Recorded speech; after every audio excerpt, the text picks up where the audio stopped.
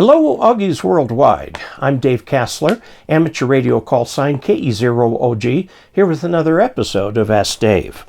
Today's question comes to us from Timothy Dilks, K04HPM. And here's his question. I just watched your video on why an 80-meter dipole will not cover the entire band. And he says, excellent as usual. I am trying to decide on an antenna for our house. Just got back into ham radio after a 30-year break. I know how that goes. You raise a bunch of children in 30 years. I was looking at hex beams and then came across a weird product called the Tuna Tenna. I would be interested in your take on this project, as it would be able to achieve true full band resonance on 80 as well as other brands.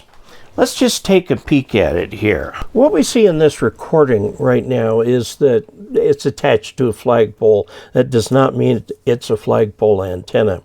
As you can see, it's an inverted V of variable length. And what you have to do is change the length. This is not a multi-band antenna. This is one frequency at a time antenna that happens to be good on all the bands that hams use.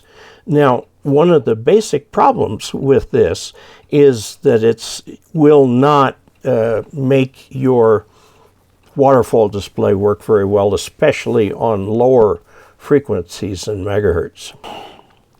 Okay, Tim, so we've looked it up on the internet and we see what happens. It is an antenna that can be lengthened or shortened as required to form an inverted V for the frequency that you want. Now, on 40 up to 10 meters, okay, this will probably cover the band when you get it in the right place, so you'll be able to get your waterfall.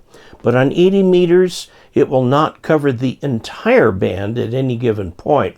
So your waterfall will be limited to the part of the band that you happen to be transmitting on. It will be even more obvious on 160 meters. So yes, it is true that this antenna can tune to any given frequency at any time. However, it can only tune to one frequency at a given time.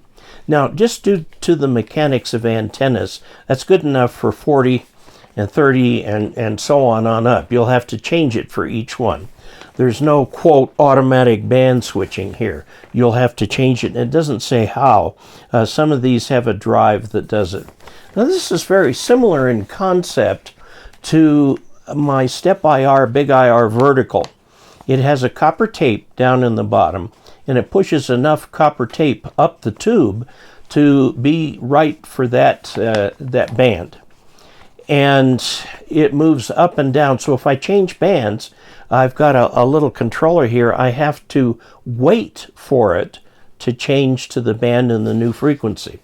This is different from a classic multiband antenna, like an end-fed dipole, or like the new Kulbeth antenna that you can instantly change to different bands, and it will be there and ready for you to go.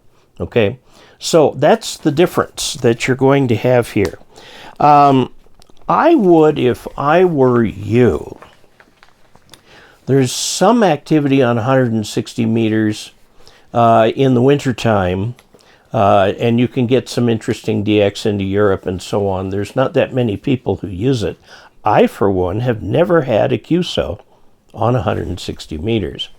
Now, if you don't mind losing part of 80 meters, you can set up an end-fed half-wave antenna on that same tower that this other one needs. You can try to get that 20 to 30 feet in the air. You can set it up in an inverted V, whatever you want, but get an end-fed dipole. They're not that expensive. In fact, the League sells one that goes 40 all the way up to 10, 40, 20, 15, and 10, that will cover very, very nicely. It's less than $100.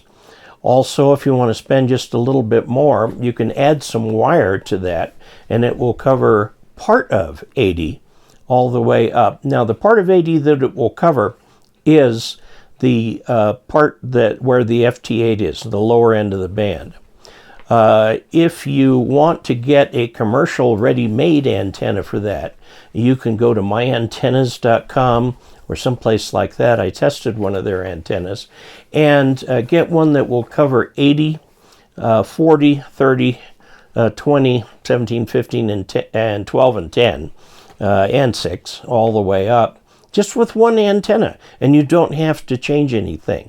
Now, you can get that same antenna in a different model that will cover the upper part of 80 meters plus all the other bands, and they do that with a few little tricks of the trade, and I demonstrated that once in a video. And what happens there is it'll get the upper part of the band, which is single sideband, so that gives you something to talk on. Now, 80 is an interesting band because I think you'll find it's wall-to-wall nets and a little hard to break into sometimes.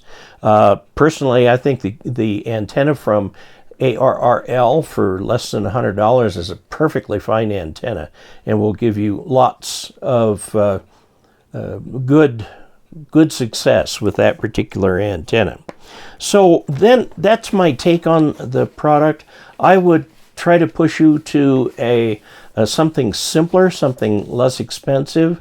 And remember that any dipole or inverted V that you put on 40 meters and up, when you tune it to the center of the band, will cover the entire band with less than a 2-to-1 SWR. Okay? So there you have it. If you've watched this far in the video, please subscribe, please click like, and also coming up very shortly, I've got a list of the patrons who have been putting so much work into supporting this channel. And until we next meet, 73.